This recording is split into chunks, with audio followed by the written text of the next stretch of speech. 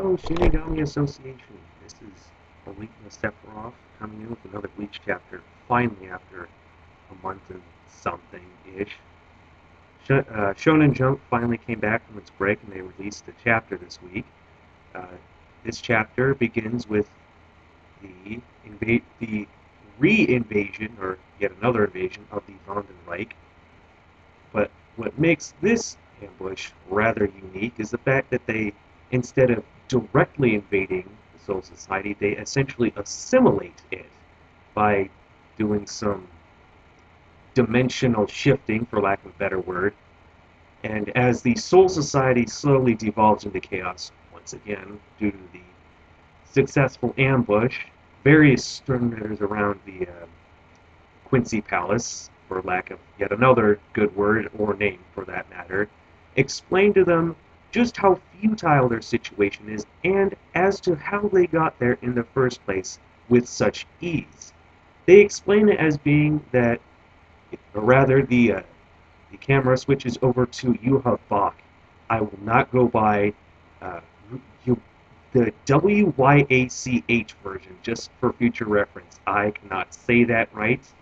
But Yuha Bach explains that 1,000 years ago, when the Quincy's escaped from the remaining Quincy's escaped from the Soul Reapers into the Soul Society, ironically enough, under and used the excess amounts of reishi there to essentially cloak themselves.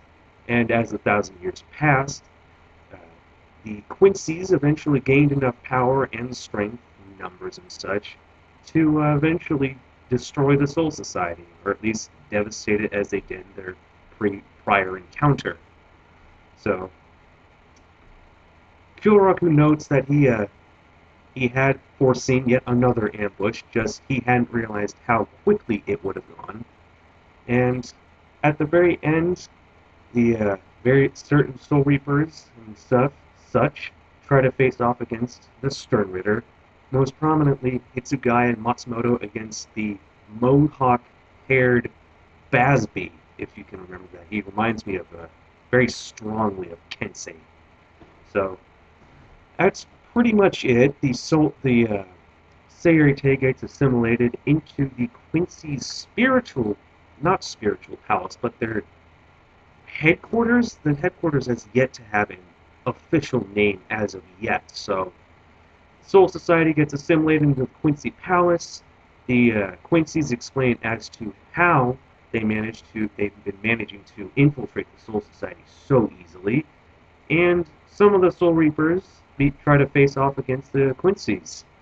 So that's about it for the chapter, but it was interesting kind of getting some in-depth knowledge about how the Quincy's were able to infiltrate the Soul Society so easily.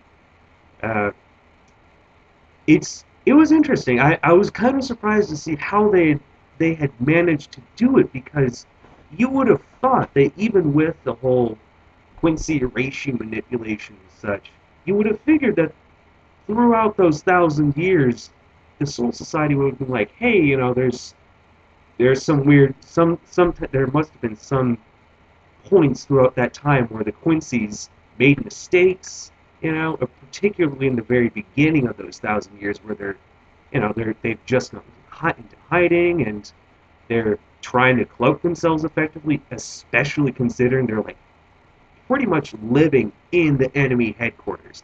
And then not to mention the whole Eisen incident, which that was a whole thing unto itself. So I'm kind of wondering if the Quincy's were hiding like in a dimension parallel to the Soul Society or what. But stuff, well, I don't know, kind of hand waved and stuff. Bakuadol! Get out of here! So that's this week's chapter of Bleach. I'm hoping they're coming out with more interesting stuff. Comments, tell me how I'm doing. I'm really not good with vlogs.